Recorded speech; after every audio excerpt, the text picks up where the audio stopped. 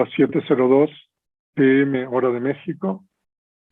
Y hoy día vamos a comenzar la cuarta clase del curso 7 etapas de purificación y 10 conocimientos de Vipassana. Entonces, aquí tenemos este cuadro, a ver si se nos graban como casinas por lo menos, y ya para aprender bien todo esto, una casina roja, una casina verde y una casina azul. Estrategia tradicional de purificación de acuerdo con el Visuddhimagga. Y aquí tenemos el contenido del Visuddhimagga. Entonces, en la clase 3, en la clase anterior, nosotros terminamos de estudiar la segunda parte del libro, que trata sobre la concentración. En la clase anterior, nosotros estudiamos prácticamente desde el capítulo 4 hasta el capítulo 13, utilizando el capítulo 9 del compendio de la Vidamata Sangaha de Anuruddha. Entonces, en la clase de ayer nosotros estudiamos acerca de los 5 impedimentos, las 3 etapas de desarrollo, los 3 signos y los 40 tipos de meditación, samatha, divididos en varios grupos, y en esos cuadros pudimos ver, ¿no?, cuáles son los temperamentos asignados a cada uno de esos tipos, y también qué tipo de etapa de desarrollo se obtiene en cada uno, y también qué signos se obtiene, y también si se obtienen llanas o no, y si se obtienen llanas, cuáles son las llanas. O sea, esos cuadros fueron muy útiles para nosotros. Y también después estudiamos acerca de cómo practicar con una casina, y después hablamos sobre los conocimientos directos, aviña, que son accesibles para alguien que alcanza maestría en las llanas. Dijimos que hay 5 maestrías y que entonces hay 5 tipos de conocimientos directos que también explicamos en la clase de ayer. Y también al final de la clase explicamos, ahí dimos unos pasajes muy importantes. Uno del Visuddhimagga Mahatthika, que habla de lo que es la purificación de la mente, tanto para el camino de samatha, de tranquilidad, como para el camino de introspección. Y también otro pasaje bien interesante e importante de este tratado, de oscuro tratado, podríamos decir, que es el Sarasangaha, donde dice de que la concentración próxima también es la purificación de la mente para uno que sigue el vehículo de Vipassana. Entonces eso es un resumen de lo que vimos ayer, y entonces ahora ya vamos a continuar con la tercera parte del Visuddhimagga, que es sobre la sabiduría. Entonces, que como ustedes ven aquí, desde el capítulo 14 hasta el capítulo número 23. El capítulo 23 en realidad es solamente sobre los beneficios del desarrollo de la sabiduría. O sea, de que prácticamente el libro, las explicaciones finalizan en el capítulo 22.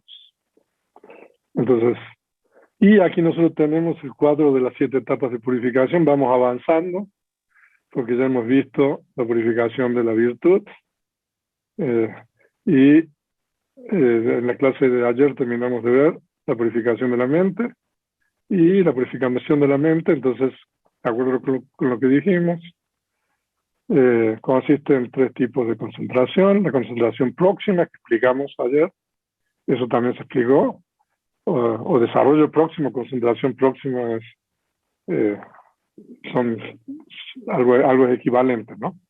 Explicamos la concentración próxima, ¿no?, como una concentración de la esfera de los sentidos, y la concentración de absorción es una concentración que pertenece a las esferas de la materia sutil e inmateriales, y la concentración momentánea, que es un poco la concentración que va pasando de un objeto a otro, pero que esa concentración tiene cierto tal grado de estabilidad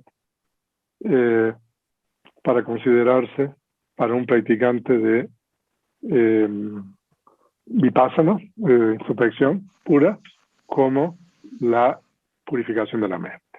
Entonces nosotros, ahora que hemos purificado la virtud y que hemos purificado la mente, entonces estamos en condiciones de continuar el camino de purificación o el sendero de purificación del Visuddhimagga. Pero antes de estudiar la purificación de la virtud, de la concepción, perdón, número 3, Chitta Visuddhi, ¿por qué no vemos lo que nos dice el Visuddhimagga? Ok, entonces aquí nosotros tenemos el contenido del índice de la clase 4, o sea que todos los temas que vamos a ver hoy día, que son bastantes, y ahora nosotros estamos en condiciones de hacer una correlación entre las 3 etapas de entrenamiento, como se enseña, digamos, en la canasta de los discursos y en otros lados, con las 7 etapas de purificación. Entonces la purificación de la virtud corresponde a la etapa de entrenamiento de la ética, la purificación de la mente corresponde a la etapa del entrenamiento, ¿no?, de la mente superior, como dice Samgiti Sutta, Adicetta, ¿no? Y el entrenamiento de la sabiduría corresponde a todas esas etapas de purificación que ustedes tienen allí. O sea, de que para lograr la purificación de la sabiduría tenemos purificación de la concepción, purificación de la trascendencia de la duda, purificación del conocimiento y visión del sendero y no sendero, purificación del conocimiento y visión de la práctica, y la séptima es la purificación del conocimiento y visión. O sea, de que lo que es increíble, que a mí me llama la atención un poco cuando preparo las clases, es que normalmente uno aprende las 4 nobles verdades, ¿no? Cuando, por ejemplo, uno aprende el primer discurso en muchos lados y dice, bueno, la primera noble verdad es el sufrimiento, y uno lee, ¿no?, un párrafo que es el sufrimiento, y después uno lee otro párrafo, no sé, de 3 o 4 líneas, cuál es el origen del sufrimiento, y también un poco unas líneas sobre la tercera noble verdad, que es la noble verdad de la cesación del sufrimiento. Y también cuando llegamos a la cuarta verdad, dice, bueno, la cuarta noble verdad es el camino medio, que corresponde también al noble octuple sendero, y están los 8 componentes y nada más. Y entonces si uno se cree que ya se sabe todas las 4 nobles verdades, por lo menos teóricamente, pero ustedes ahora están viendo, ¿no?, de que todas estas 8, esta cuarta noble verdad, ¿no?, que ahora vamos a ver en la siguiente lámina, o estas 3 etapas de entrenamiento, ¿no?, tienen todas estas etapas de purificación, ¿no? Y aquí nosotros podemos hacer la correlación también de las 3 etapas de entrenamiento, las 7 etapas de purificación y el octuple sendero. O sea, de que, o sea, aparentemente uno cree que se sabe ya la cuarta noble verdad, pero imagínense, todavía nosotros no hemos entrado en la tercera parte del Visuddhimagga, que trata sobre todas estas etapas de purificación. Entonces ahora vamos a entrar a la etapa de paña. Ahora, estas láminas que no tienen el extremo inferior derecho un enlace, significan que son comentarios míos o del venerable Silananda. Cuando son del venerable yo le pongo ahí los que son de él. Entonces, desde el capítulo 1 al 13, el Visuddhimagga se ocupa de los 2 primeros entrenamientos, virtud sila, capítulo 1 y 2, y en la segunda parte, concentración samadhi, capítulos 3, 13. Ahora, el hecho de que los capítulos 14 a 17 del Visuddhimagga contengan una apretada exposición de la Abhidhamma y que estos se encuentren antes de exponer las restantes 5 etapas de purificación en los capítulos 18 a 22, es una clara indicación, de acuerdo con la estrategia clásica de la tradición Theravada, de la necesidad del estudio de Abhidhamma antes de emprender la práctica de meditación, de introspección, vipassana. O sea, de que si el Visuddhimagga es una obra, una clásica, ¿no?, del budismo y de las tradiciones religiosas, y llama la atención, ¿no?, de que nosotros practicamos samatha sin estudiar prácticamente mucha teoría, ¿no? Por supuesto nos explicaron todo lo que es samatha y muchas cosas más, pero a nosotros no nos dijeron que teníamos que hacer, digamos, un curso sobre algo antes de practicar samatha, ¿no? O sea, de que les digo eso para que lo piensen, ¿no? Pero ahora nosotros queremos seguir con sabiduría, pero no, el Visuddhimagga Buddhaghosa nos dice, no, un momento, por favor. No, antes de desarrollar la sabiduría, ustedes tienen que hacer esto, ¿no? Entonces, los capítulos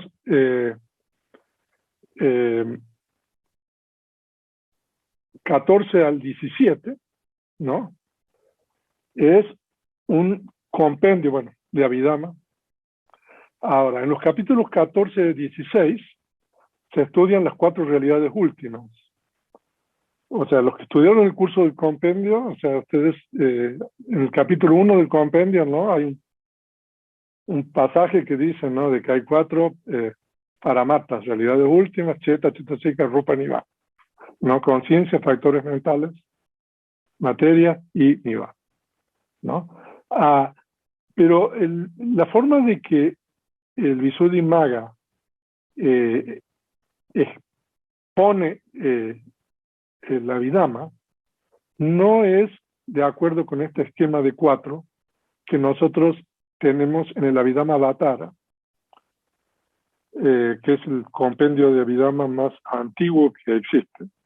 De hecho, el autor del Abhidhamma-Avatara es contemporáneo de Buddhaghosa. De acuerdo a la información que hay, incluso se conocieron. Entonces, en el Abhidhamma-Avatara es el primer tratado de que se habla de este esquema de 4 realidades últimas, conciencia, factores mentales, materia y nibbana. Y por supuesto la Abhidhamma-Sanghaja, que viene bastante después que la Abhidhamma-Avatara, ¿no?, adopta ese esquema, ¿no? Pero el Visuddhimagga no adopta ese esquema, sino que utiliza otras categorías doctrinales para explicar el Abhidhamma, y que son la categoría de los 5 agregados, ¿no?, que eso lo explica en el capítulo 14, las 12 bases de los sentidos y los 18 elementos en el capítulo 15, las facultades. ¿Ustedes se acuerdan de las facultades abhidhámicas que estudiaron en el capítulo 7? ¿Cuántas facultades hay? A ver, para si me pueden decir. A ver si alguien se recuerda cuántas facultades hay.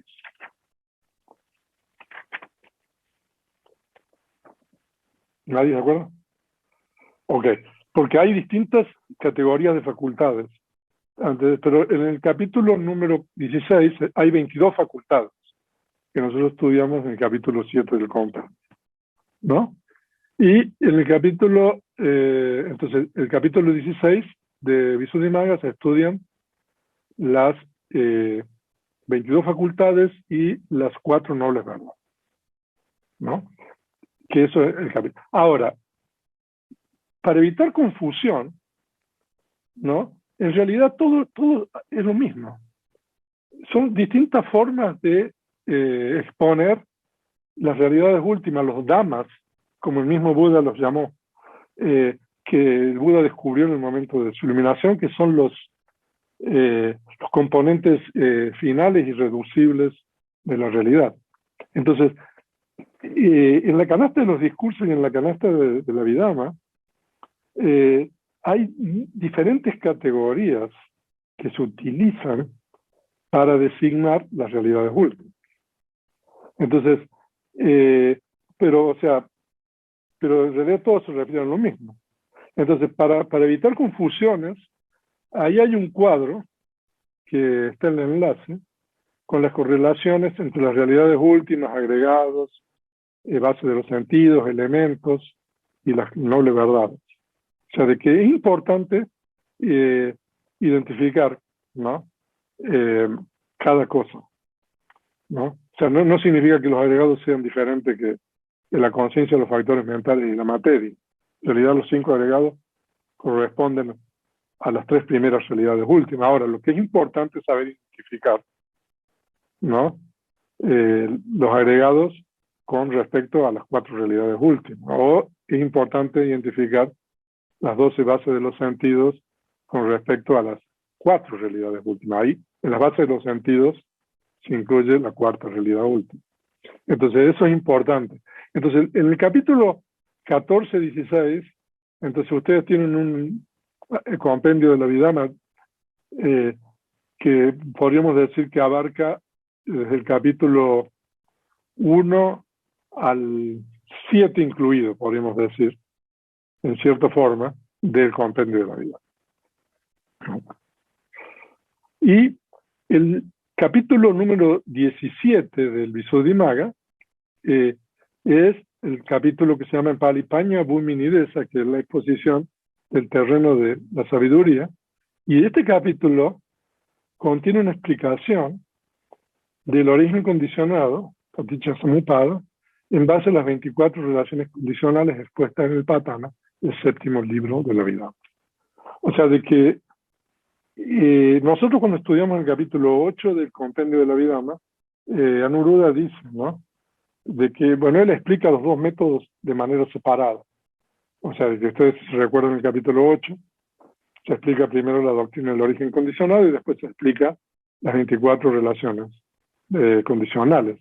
Pero Anuruddha ahí menciona de que los maestros explican esto mezclando los 2 métodos. Y una de las pocas partes de la literatura Pali, de los comentarios, porque la combinación del método del origen condicionado con las 24 relaciones condicionales se explica solamente en el Visuddhimagga y en otra parte. Entonces ese capítulo es la explicación del origen condicionado en base a las relaciones condicionales. Y eso es muy importante, un capítulo muy difícil, pero en realidad es muy importante porque nosotros no podemos entender el origen condicionado sin incluir las relaciones condicionales. Ustedes saben en la doctrina del origen condicionado que dice, por ejemplo, que debido a la condición de la ignorancia existen las formaciones, ¿no? Eso es lo que dice el origen condicionado. Debido a que hay formaciones, surge la conciencia, ¿no? Eso solamente nos dice el método del origen condicionado. Pero nosotros necesitamos el método de las 24 relaciones condicionales para saber de qué manera, por ejemplo, la condición de la ignorancia se relaciona con la condición de las formaciones o el kama. Las formaciones es el kama. Entonces, en el capítulo número 17 del Visuddhimagga, ustedes tienen esta explicación.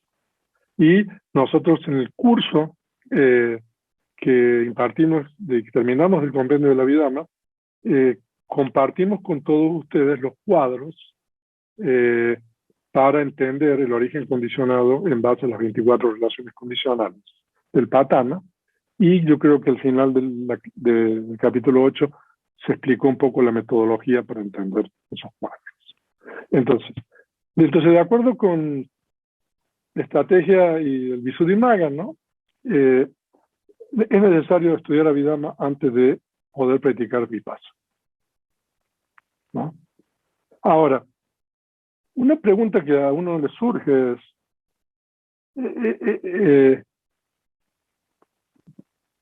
en otras ramas del budismo, donde la práctica de Vipassana no es tan importante como, por ejemplo, en el Theravada, prácticamente no se estudia Abhidhamma. O sea, porque en otras ramas del budismo lo que hace más énfasis es la meditación de tranquilidad, ¿no? O sea, a ver si uno hace la conexión. Y incluso en los países Theravada, o sea, que hay maestros que enseñan y hacen mucho hincapié en la parte de meditación samatha y tampoco hacen mucho hincapié en el estudio de vida. O sea, de que en la medida, ¿no?, de que no haya un movimiento de práctica de Abhidhamma, quizás es por esa razón de que no se estudia la Abhidhamma o al revés. No sé, bueno, son reflexiones que uno, o preguntas que uno se hace que bueno, yo también se las hago a ustedes. Entonces ahora veamos un poco el capítulo 14, que es la exposición de los agregados, Khanda Nidesa. Entonces en este capítulo se explica en profundidad el significado de paña. Entonces eso es lo que nos interesa a nosotros ahora, entender qué significa el término pali paña, ¿no? Sabiduría, que corresponde a la tercera etapa de entrenamiento y a las 5 etapas de purificación que se exponen, ¿no?, en los capítulos 18 o 22. O sea que paña es muy importante, ¿no? Y en la lengua pali, las voces tienen género, como en español. Hay 3 géneros, masculino, femenino y neutro. Y en este caso, paña es una voz femenina. O sea, también es interesante. Nosotros tuvimos un curso sobre las moradas sublimes y las 4 moradas sublimes son femeninas. O sea que en español la sabiduría también es femenina, ¿no? Me pregunto en español si es la razón, ¿no? Porque uno ve, por ejemplo, la justicia, ¿no? Y también es femenina, representan ahí el Palacio de Justicia aquí en Jalapa, ¿no? Una estatua de una mujer con los ojos vendados, no sé cómo le dice, sosteniendo una báscula, no sé cómo se dice. Por supuesto de que uno ve eso y dice, bueno, aquí no hay justicia, pero por lo menos está la estatua, ¿no?, de la justicia, ¿no? Y también la educación, por ejemplo. Yo me recuerdo en la casa de mi abuela materna tenía una escultura ahí de bronce, ¿no?, de la madre, ¿no?, enseñándole a los hijos, ¿no?, con los libros, ¿no? O sea, esas cosas se van perdiendo cada vez más, ¿no? Entonces, nosotros vamos a estudiar acerca de sabiduría. Entonces, ahora vamos a ver la traducción del pasaje inicial, el capítulo 14. Él se llama Khanda Nidesa, que es la exposición de los agregados.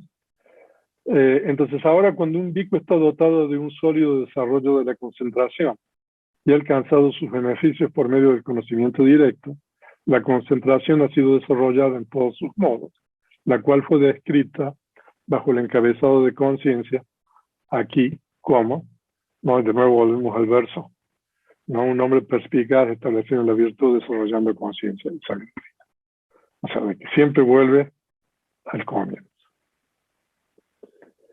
Entonces, la sabiduría que viene inmediatamente después de la concentración debe ser desarrollada. Pero como esta no es fácil de entender, y menos aún desarrollar, cuando se explica muy brevemente, entonces, para mostrar su desarrollo en detalle, se hacen las siguientes preguntas. O sea, de que es muy sistemático Buddhaghosa en cuanto a su método de exposición. O sea, ustedes se recuerdan que en el capítulo de Sila, de virtud, se hizo las preguntas y las responde. En el capítulo de concentración se hizo las preguntas y las responde. Y ahora de nuevo hace las preguntas con relación a la sabiduría. O sea, aquí tenemos 6 preguntas. ¿Qué es sabiduría? ¿Cuál es el significado de sabiduría? ¿Cuál es su característica, función, manifestación y causa próxima? ¿Cuántos tipos de sabiduría hay? ¿Cómo se debe desarrollar? ¿Y cuál es el beneficio de desarrollar sabiduría? El beneficio de desarrollar sabiduría vamos a tener que esperar hasta el último capítulo de el Visuddhimagga.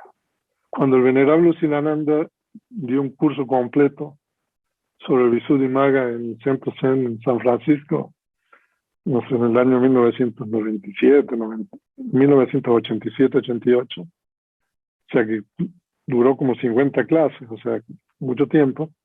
Y cuando llegamos al último capítulo, que es los beneficios de desarrollador de sabiduría, el abad del centro Zen le dijo al venerable, pues eso lo deberían haber puesto al comienzo, no al final.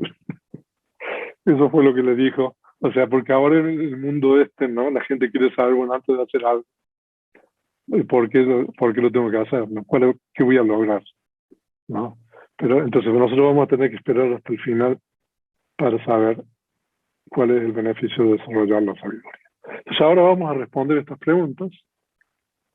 Entonces la primera pregunta es, ¿qué es sabiduría? Entonces vamos a leer la traducción. Déjenme abrir otra presentación para poder ver el texto original. ¿Me permiten un momento?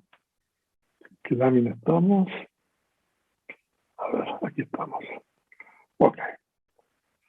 Entonces, la sabiduría es de muchos tipos y varios modos. Responder todo esto, en primer lugar, no lograría el propósito deseado y además podría conducir a la distracción. Por lo tanto, hablaremos solamente con respecto a lo que concierne aquí. Entonces, esa es la definición de sabiduría. Sabiduría es el entendimiento de introspección asociado con una conciencia sana.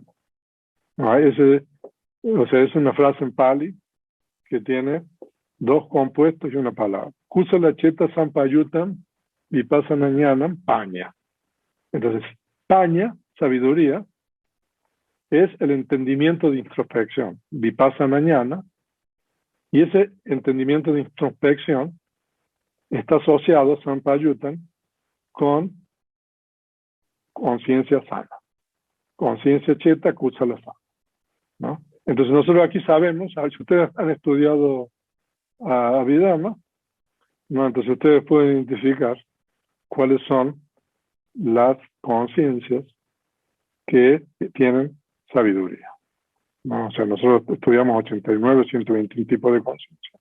Pero en este caso, solamente habla de kusala cheta, ¿no? Porque, claro, nosotros necesitamos desarrollar esto, porque si ustedes se recuerdan, la sabiduría también puede estar asociado con conciencias resultantes. No sé si recuerdan eso. O la sabiduría puede estar asociada también con conciencias funcionales. Pero para la cuestión del desarrollo y el sendero de la purificación, o sea, uno tiene que todavía purificar. Entonces, por eso, lo importante aquí son conciencia sana, ¿no? Y otra cosa que quiero mencionar aquí, paña es sinónimo de ñana, o sea, entonces paña nosotros lo traducimos como sabiduría, ñana lo traducimos como entendimiento, pero son términos sinónimos. Vipassana es sinónimo de ñana, es sinónimo de paña, y hay una gran cantidad de sinónimos para la sabiduría que ustedes pueden encontrar en el Dhammasangani. Entonces ustedes van al Dhammasangani y van a encontrar una lista de términos que son sinónimos de paz. Pero entonces nosotros hemos definido qué es la sabiduría.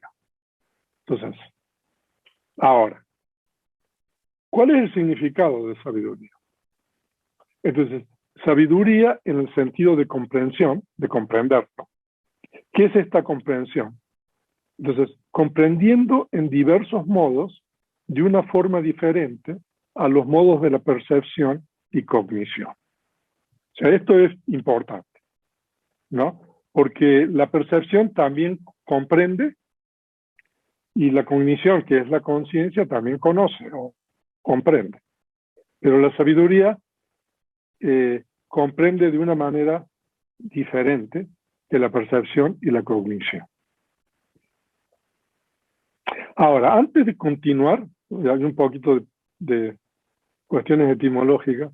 Fíjense ustedes, nosotros tenemos conciencia, también es viñana, o cheta también es conciencia, pero aquí no tenemos viñana. Viñana tiene la raíz ña. se deriva de la raíz ña con el prefijo vi, ¿no? Y saña también se deriva de la raíz ña con el prefijo sam. Y sabiduría se deriva de la raíz ña también con el prefijo pa, ¿no? O sea, de que conciencia, percepción y sabiduría todas se derivan de la misma raíz, ¿no? La raíz ña en Pali significa conociendo, ¿no? Pero cuando nosotros le ponemos un prefijo a la raíz, como en este caso vi, entonces ya ese prefijo califica la raíz y le damos significado específico. Cuando nosotros colocamos el prefijo sam a la raíz ña, entonces eso también califica y cambia el significado. Y lo mismo si le ponemos la raíz pa. Entonces por eso nosotros tenemos conciencia es viñana, percepción es saña y sabiduría es paña.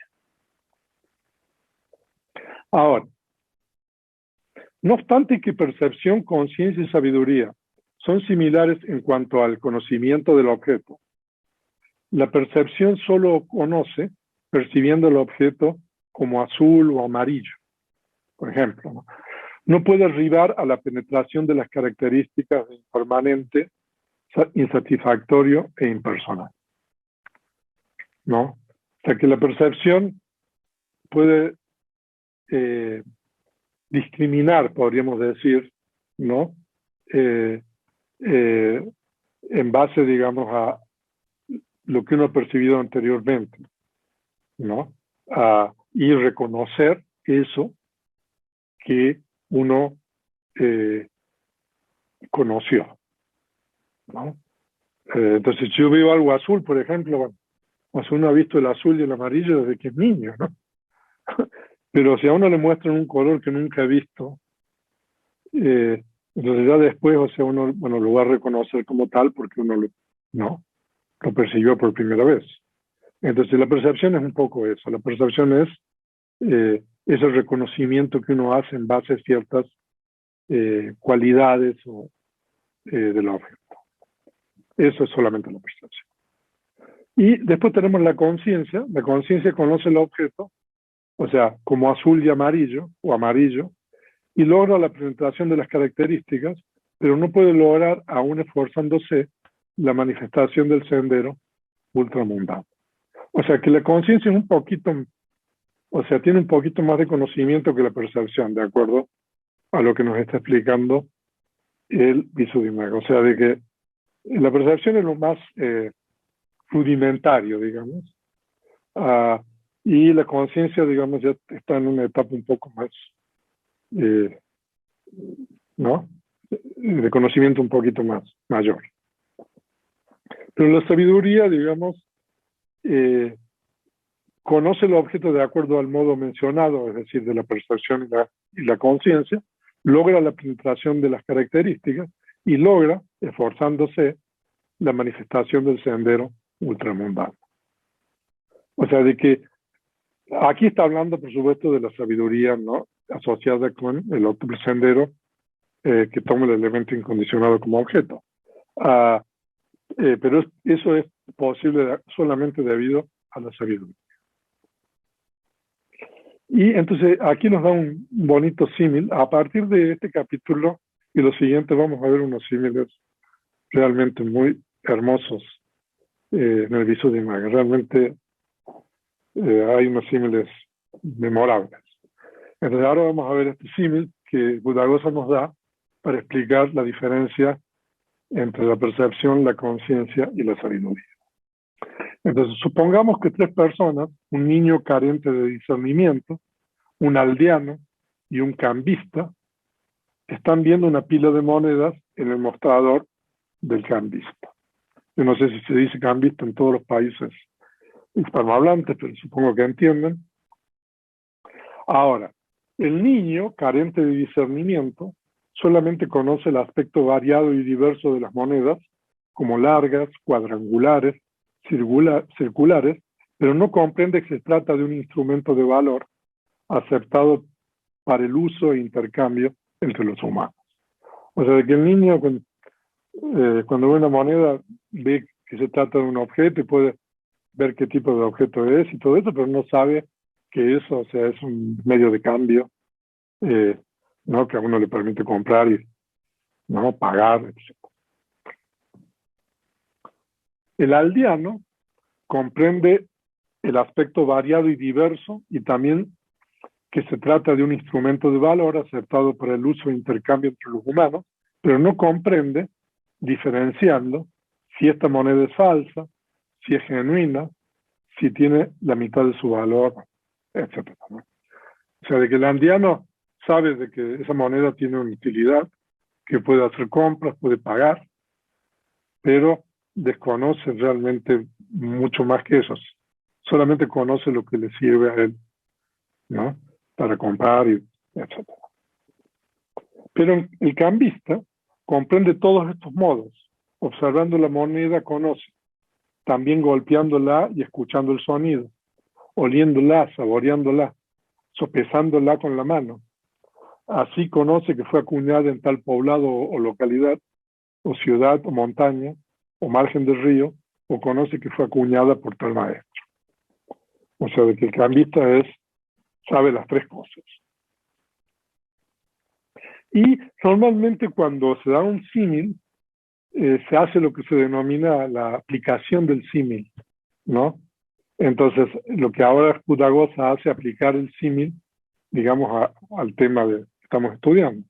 Entonces, la percepción, aprendiendo la mera apariencia del objeto como azul, etcétera, es como el niño carente de discernimiento viendo la moneda. La conciencia, aprendiendo la apariencia del objeto como azul, etcétera, y además logrando la presentación de las características, es como el aldeano viendo la moneda.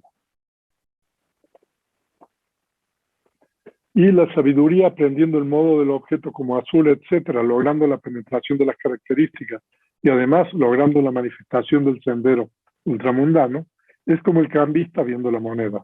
Por lo tanto, es esta comprensión lo que se debe entender como comprendiendo en diversos modos, de una forma diferente, a los modos de la percepción y cognición. Es con referencia a la misma que se dice sabiduría en sentido de comprensión. O sea, que eso fue lo que dijo antes y por eso dio el símil para explicar esto. O sea que nosotros ahora sabemos ya un poco más sobre sabiduría. Ahora, esto también es importante, pero esta sabiduría no siempre existe cuando hay percepción y conciencia, ¿no? O sea, que puede existir la conciencia con la percepción, pero la sabiduría estará ausente. Pero cuando está presente, la sabiduría es inseparable de esos estados. Y como no es posible la separación entre esta es la percepción, esta es la conciencia, esta es la sabiduría, se dice que son sutiles y difíciles de ver. En realidad, la conciencia es inseparable de los factores mentales asociados, ¿no? Hay una condición en Patana de las 24, que es la condición de asociación, se llama Sampayutta Pachal, ¿no? Y esa condición es una condición que aplica solamente para los fenómenos inmateriales, es decir, entre la conciencia y los factores mentales. Y debido a esa condición, se dice de que los Dhammas no se pueden separar. O sea, por eso están todos juntos, digamos, en ese evento cognitivo, digamos. La sabiduría, esto es una traducción del comentario con relación a lo que dijimos antes. La sabiduría no surge en las conciencias con dos raíces y sin raíz. O sea, de que si ustedes han estudiado Abhidhamma, saben cuáles son las conciencias sin raíces. ¿Cuántas conciencias sin raíces hay entre las 89? A ver si recuerdan. Bueno. 18, venerable, ¿puede ser? Muy bien, felicitaciones, Mariano. Hay 18 conciencias sin raíces, que son 7 conciencias resultantes insanas, 8 conciencias resultantes sanas 3 conciencias funcionales sin raíz. Muy bien. ¿Y cuántas conciencias con 2 raíces hay? A ver, bueno, ahí entre las insanas tenemos, ¿no? Tenemos 8 conciencias, ¿no? Con raíz en el apego, que también tiene la raíz de la ignorancia. Y tenemos 2 conciencias con raíz en el enojo, que también está la raíz de la ignorancia. Entonces tenemos 10. ¿Y cuántas conciencias de la hermosas de la fe de los sentidos hay con 2 raíces? A ver, hay 2, ¿no? O sea, de que 2 y 10 son, ahí está. Entonces, la sabiduría no puede surgir con esas conciencias, solamente surge con las otras. Y aquí hay un símil del Milinda Paña, que esto es una obra que a partir del quinto concilio, la tradición theravada se considera como canónica, no obstante es una obra que posiblemente fue un tratado escrito al comienzo de la era común. En el quinto concilio, en las planchas de mármol en Mandalay, está el último libro del Tipitaka, del Canon Pali, en la edición del sexto concilio, también es el último libro, es el Milinda Paña. Entonces, ahí hay un símil que nosotros estamos tomando del Milinda Paña. Entonces, por esto el venerable Nagasena, que es el monje que tenía estos diálogos con el rey Milinda, entonces por esto el venerable Nagasena dijo: gran rey, el bienaventurado hizo algo difícil de hacer. Venerable Nagasena, ¿qué fue lo que el bienaventurado hizo que es difícil de hacer?, le preguntó el rey. Gran rey, el bienaventurado hizo algo difícil de hacer cuando declaró la composición de los estados inmateriales, conciencia y factores mentales existentes en un objeto, como este es el contacto, esta es la sensación, esta es la percepción, esta es volición, esta es la conciencia. O sea, eso realmente es muy difícil de hacer. De hecho, en el Milinda Paña hay un símil, lo que pasa es que no lo puse, pero que dice, ¿no?, de que todas las aguas de los ríos, no sé, del Ganges, no sé, del Magí, del Yamuna, convergen, ¿no?, en el océano Índico, ¿no? Y entonces que una persona fuera a tomar, ¿no?, un poco de agua del océano y que pueda determinar, bueno, de ese agua que ha tomado, bueno, esta parte pertenece al Ganges, esta parte. Entonces, dice, es más difícil aún determinar la composición de los estados materiales. Ese es un poco el final del cine. Y entonces ahora tenemos la tercera pregunta: ¿cuál es la característica, función, manifestación y causa próxima de la sabiduría? Por favor, recuerden de que con las realidades últimas, nosotros para poder comprenderlas utilizamos este cuádruple método definitorio, podríamos decir, de la característica, función, manifestación y causa próxima. Aquí la sabiduría tiene la característica de penetrar la naturaleza intrínseca de los estados. O sea que esa es la característica, la naturaleza, lo que también se denomina sababa en Pali. O sea, de que es por medio de la sabiduría que uno puede comprender los fenómenos como realmente son, ¿no? Y la función de la sabiduría es disipar la oscuridad de la ignorancia que oculta la naturaleza intrínseca de los estados. O sea, que se dice que la ignorancia, hay 2 tipos de ignorancia: una ignorancia latente y una ignorancia manifiesta, ¿no? Por ejemplo, cuando uno tiene conciencias sanas, la ignorancia es latente, no está en el momento en que surge la conciencia sana, ¿no? Pero es por esa ignorancia latente de que uno tiene dificultad para discernir la verdadera naturaleza del objeto que está observando, ¿no? Y la otra ignorancia es la ignorancia manifiesta, que es concurrente o que surge junto con las conciencias insanas. Entonces, esa ignorancia manifiesta es como, no sé, que a uno le ponen, digamos, una venda en los ojos Entonces, esa ignorancia le impide que a uno ver el peligro o la desventaja, digamos, de esos estados asociados, ¿no?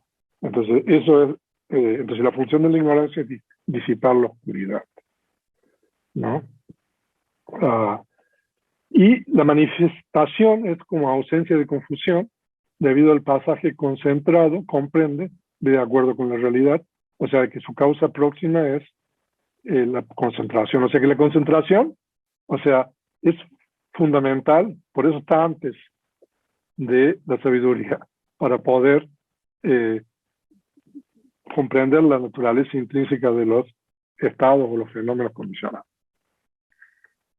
Entonces, y ahora, ¿cuántos tipos de sabiduría hay? Ahí tienen algunos, ¿no? Yo no sé si son muchas las que les voy a explicar, pero bueno, ahí tienen, por ejemplo, la sabiduría es de un tipo, en el sentido de que penetra la naturaleza intrínseca de los fenómenos, pero puede ser de dos tipos, mundana y ultramundana, con contaminantes o sin contaminantes, la sabiduría que define la mente y la materia, que lo vamos a estudiar a partir de la clase 5, cuando veamos el conocimiento analítico del discernimiento de la mente y la materia, acompañada con placer e indiferencia, perteneciente al plano de la visión y al plano del desarrollo, son términos técnicos que ya después vamos a explicar, producida por razonamiento, por el oído y por el desarrollo meditativo. Esa es una buena clasificación también. Con objeto inferior, sublime o ilimitado, destreza en ganancias, pérdidas y medios, bueno, como se dice en inglés, you name it. O sea, no podemos ver todo esto, vamos a ver algunos. Entonces, veamos la primera diada, que son mundana y ultramundana. Esto no es difícil de comprender. Entonces, con relación a la clasificación en un tipo, bueno, es evidente.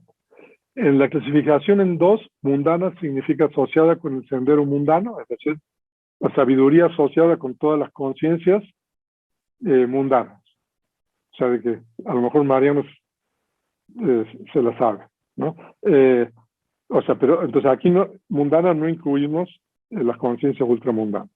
Y la sabiduría ultramundana está asociada con el sendero ultramundano. De esta manera es de dos tipos, como mundana y ultramundana. Y con contaminantes o sin contaminantes. O sea, ahí son dos, ¿no? Entonces, con contaminantes, el pali es sa-saba. Sa es un prefijo y asaba es contaminantes. Ahora, ¿qué significa esto? Con contaminantes significa que es objeto de contaminantes, ¿no? Esa que no es objeto de los 4 contaminantes, pueden ir al capítulo 7 del compendio para ver cuáles son los 4 contaminantes, se denomina sin contaminantes anasaba. O sea, de que la sabiduría, no obstante que es algo muy bueno, muy deseable, hay ciertas sabidurías que están dentro de la esfera o el rango o el dominio de estas impurezas mentales o estos contaminantes, ¿no? O sea que la sabiduría puede ser tomada como objeto por los contaminantes que son impurezas mentales. Entonces, pero hay otra sabiduría, ¿no?, que está fuera del rango de estos contaminantes. Entonces esa sabiduría no puede ser tomada por estos contaminantes. Entonces, con contaminantes significa asociada con contaminantes y sin contaminantes significa disociada de los contaminantes. El método es el mismo para el resto, así es de dos tipos con respecto a contaminantes y sin contaminantes, etc. Y esta es importante porque lo vamos a ver mañana, la sabiduría, ¿no?, definiendo la mente y la materia. En la tercera diada, la sabiduría del practicante al comienzo de la introspección. O sea, en realidad en Pali, permítanme un segundo, por favor. A ver si llegó esta lámina. A ver. En Pali lo que dice es Vipasanam Ara Vitukkamasa.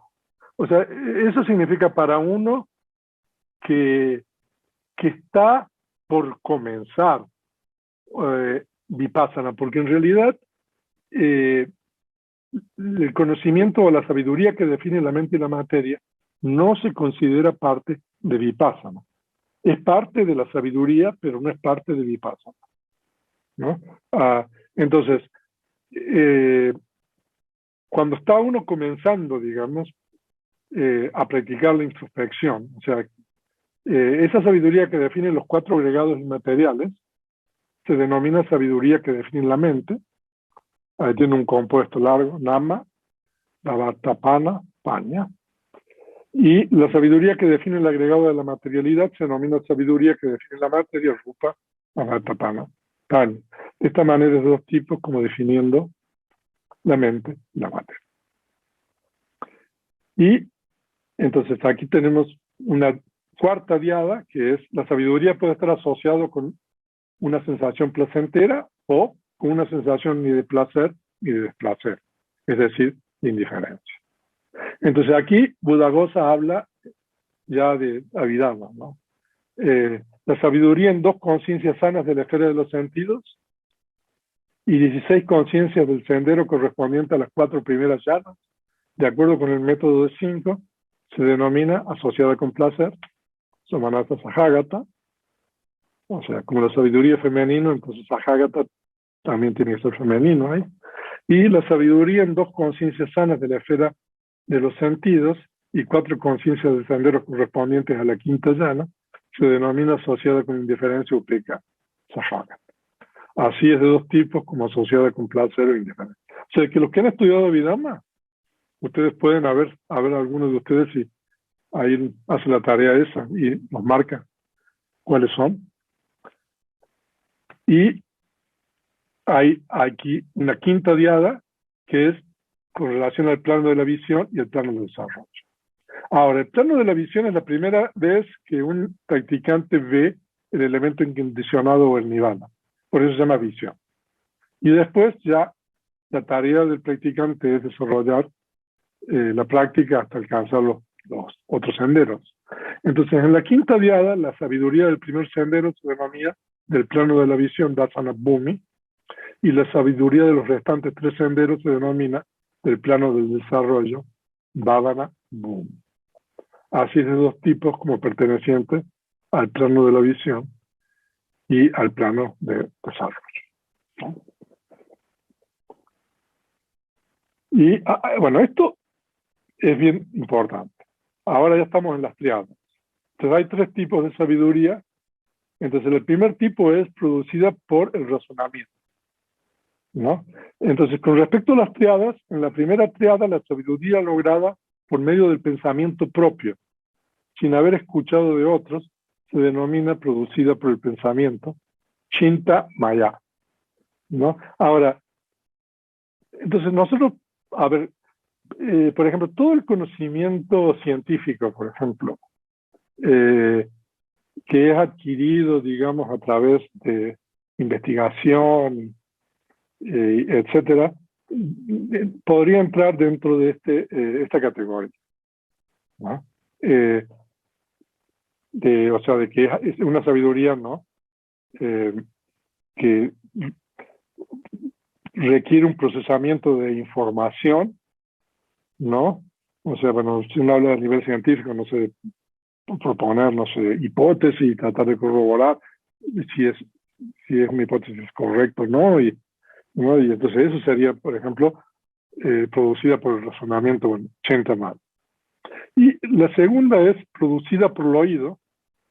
La sabiduría lograda por medio del oído, después de haber escuchado a otros, se denomina producida por el oído. Claro, en la época del Buda, la forma de aprendizaje era a través de lo que otro hablaba.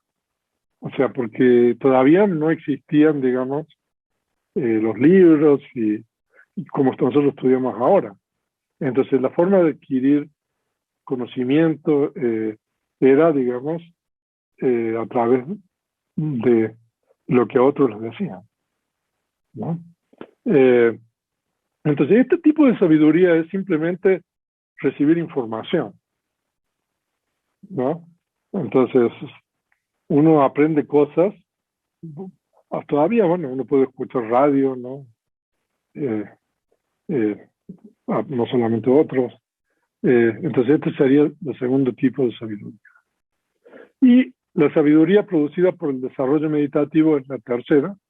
Entonces, la sabiduría que ha alcanzado la absorción, lograda por medio de este o aquel desarrollo meditativo, se denomina producida por el desarrollo, Bhavana Maya. O sea, yo no sé si será necesario que uno tenga que alcanzar las llanas para tener este tipo de sabiduría. Yo diría que, bueno, a lo mejor es la mejor, ¿no? Pero aún alcanzando la concentración próxima, uno adquiere esta sabiduría. Y como dijimos antes, Buddhaghosa es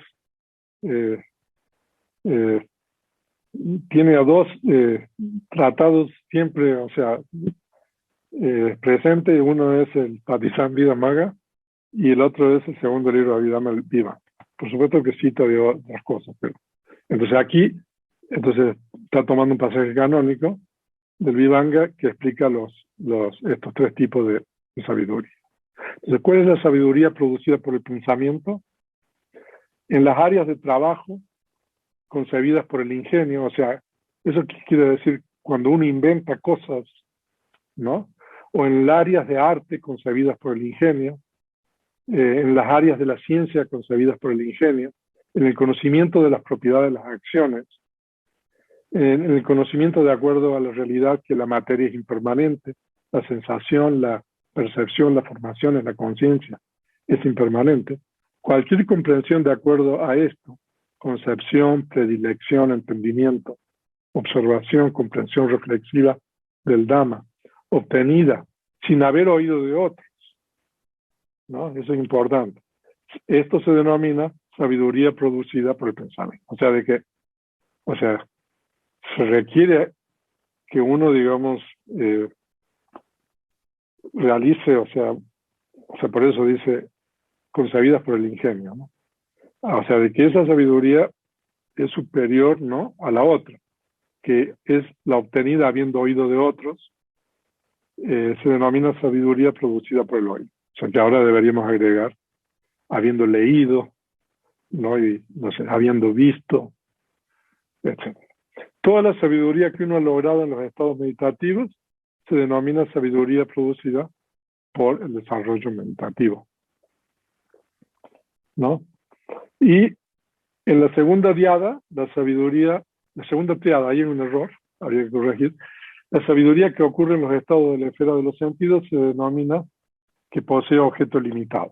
O sea, de que si ustedes estudiaron Abhidhamma, pueden ir al capítulo 3, hay un cuadro de objetos, y ustedes pueden ver las conciencias de la esfera de los sentidos que tienen sabiduría, y pueden ver cuáles son los objetos que esas conciencias toman. Entonces, todas esas conciencias toman lo que se llama un objeto limitado. Un objeto limitado se refiere a las 54 conciencias de la esfera de los sentidos, 52 factores mentales y las 28 propiedades materiales. Eso. Esa que ocurre en las esferas de la materia sutil e inmaterial se denomina que posee objetos sublimes, o sea, Mahagatarama. En el capítulo 3 también hay un cuadro, cuáles son los objetos de las conciencias de la materia sutil y de las conciencias de la esfera inmaterial. A lo mejor mañana, no sé, puedo abrir el libro, el compendio Ruth y mostrarles eso. La primera y la segunda es introspección mundana, pero esa que ocurre con referencia al nirvana, tomando el nirvana como objeto, se denomina que posee objeto ilimitado, apamana alama. Esta es introspección ultramundana, así es de tres tipos, de acuerdo con el objeto limitado e ilimitado. Ahora, esto lo agregué para hacer para parar aquí, ¿no? Para un tratamiento completo de todos los tipos de sabiduría es necesario consultar el capítulo 16, análisis del entendimiento, Jnana Vivanga, del Vivanga, el segundo libro de Abhidhamma. Aquí se exponen muchos tipos más de dyadas, triadas, tétradas que en el Visuddhimagga. Además, en este tratado la explicación continúa con grupos de 5, etcétera, y se extiende hasta un grupo que incluye 10 tipos de sabiduría. Entonces, esto es lo importante, porque a partir de la clase siguiente nosotros vamos a aprender a cómo desarrollar la sabiduría. Nosotros ya, suponiendo, hemos aprendido, estudiado Abhidhamma, entonces estamos en condiciones de desarrollar la sabiduría. Una gran parte de ustedes ha tomado algunos de los cursos de compendio del 2019 o el 2020. Aquellos que no han tomado el curso, bueno, los invitamos a que lo tomen, o sea, para que, o sea, también puedan aprender más y practicar, ¿no?, el desarrollo de la sabiduría. Aquí esos estados clasificados como agregados, bases, elementos, facultades, verdades, origen condicionado, etcétera, o sea que son en esos capítulos, ¿no? De todos los capítulos los 4 capítulos esos que son el resumen de la Abhidhamma. Y entonces, esos estados son el suelo, el boom, también se puede traducir como el terreno, ¿no? Y las dos purificaciones que vimos ya antes, purificación de la virtud y la purificación de la mente, son la raíz mula. Y la purificación de la concepción, que vamos a estudiar a partir de mañana, la purificación de la trascendencia de la duda, la purificación del conocimiento y visión del sendero y no sendero, la purificación del conocimiento y visión de la práctica, y la purificación del conocimiento y visión, estas 5 purificaciones son el tronco. O saridad también se puede traducir como cuerpo, pero como el símil que está dando el Buddhaghosa se refiere a un árbol prácticamente, ¿no? Entonces por eso traducimos de esta manera. Entonces es importante entender estos 3 conceptos aquí, qué es el suelo, qué es la raíz y qué es el tronco, ¿no? Entonces todo el conocimiento de Abhidhamma es el suelo. Las 2 purificaciones anteriores de la virtud y la mente son la raíz. Y nosotros necesitamos la raíz para que crezca el árbol, pero también necesitamos el suelo, el terreno. Si no hay terreno, entonces el suelo es las cuestiones del estudio de la vida. Entonces, cuando tenemos esas 2 cosas, entonces ya puede crecer el tronco, el árbol. Entonces es necesario hacer madurar el conocimiento por medio del aprendizaje e indagación de esos estados que son el suelo, establecerse en las 2 purificaciones que son la raíz, y después desarrollar las 5 purificaciones que son el tronco. Este es un resumen. O sea, de que suponiendo que nosotros estudiamos todos estos capítulos del Visuddhimagga, 14, 15, 16 y 17, ¿no? Entonces nosotros y hemos purificado la virtud de la mente, entonces nosotros ahora podemos desarrollar las 5 purificaciones a partir de la purificación de la concepción. Pero esta es la exposición en detalle. Cuando se dijo que estados como agregados, bases de los sentidos, elementos, facultades, 4 verdades y origen condicionado son el suelo, aquí estos son los 5 agregados a la materia. O sea, de que entonces ahora Buddhaghosa empieza a explicar todo lo que es el suelo, ¿no? Y la condicionalidad en los capítulos que les mencioné. Ahora, si ustedes quieren aprender un poco más sobre los 5 agregados y cómo se define un agregado, ahí ustedes tienen un enlace, ¿no?, a un discurso que se llama de los agregados y el comentario. Y ahí ustedes tienen un gráfico, ¿no?, con lo que vimos anteriormente. Entonces ese gráfico lo vamos a repetir de ahora en adelante. O sea que bueno, nosotros ya tenemos la raíz. Bueno, hemos estudiado Abhidhamma, ¿no?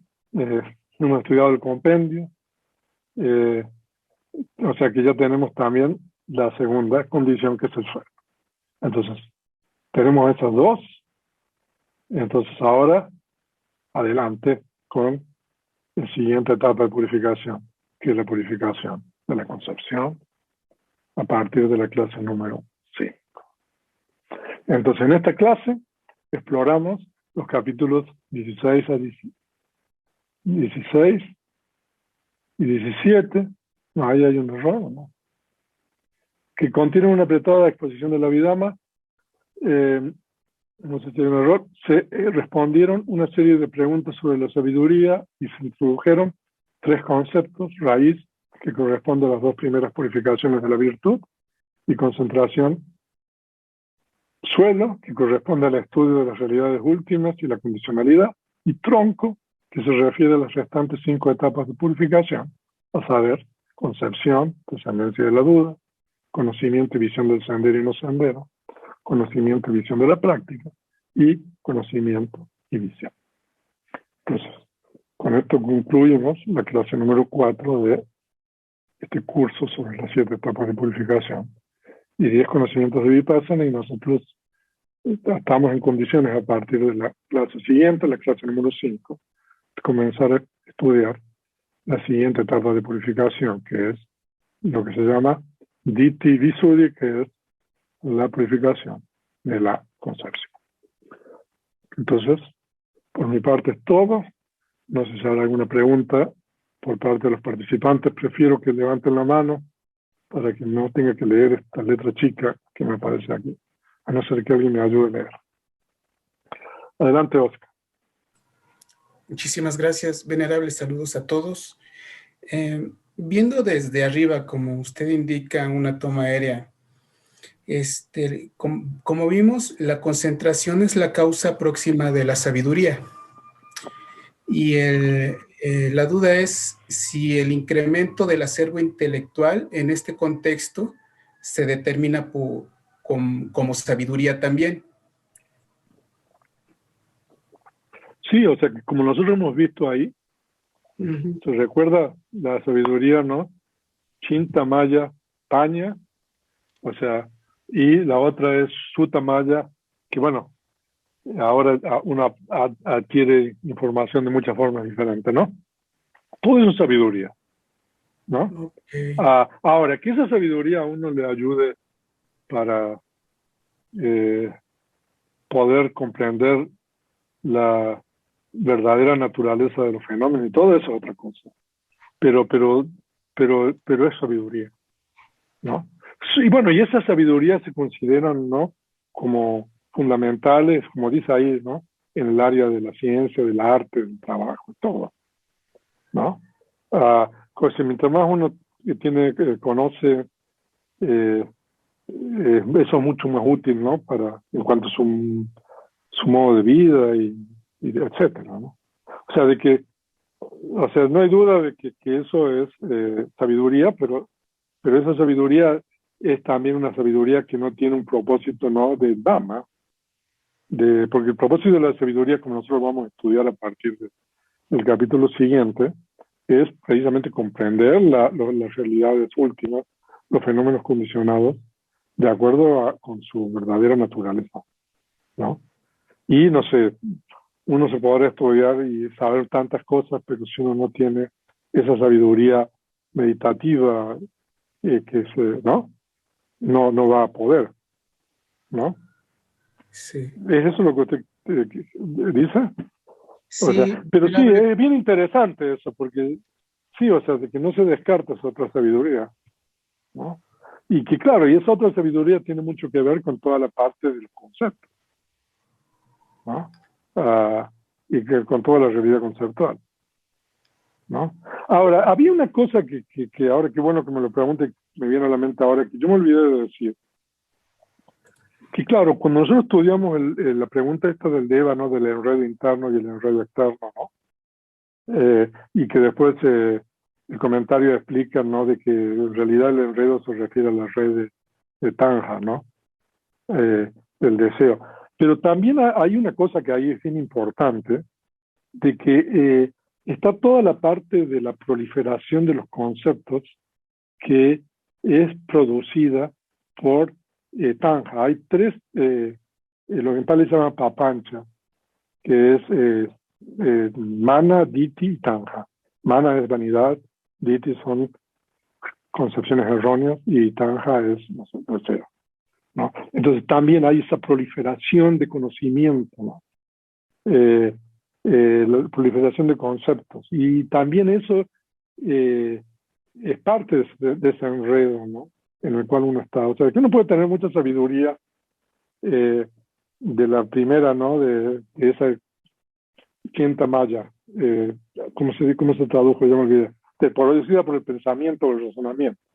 No, uno puede tener mucha sabiduría de que conoce muchas cosas, o sea, ha leído, conoce, tiene mucha información, ¿no? Pero esa sabiduría no conduce necesariamente a, a la purificación de la mente, o no va por ese lado. Muchas gracias, venerable. Ok.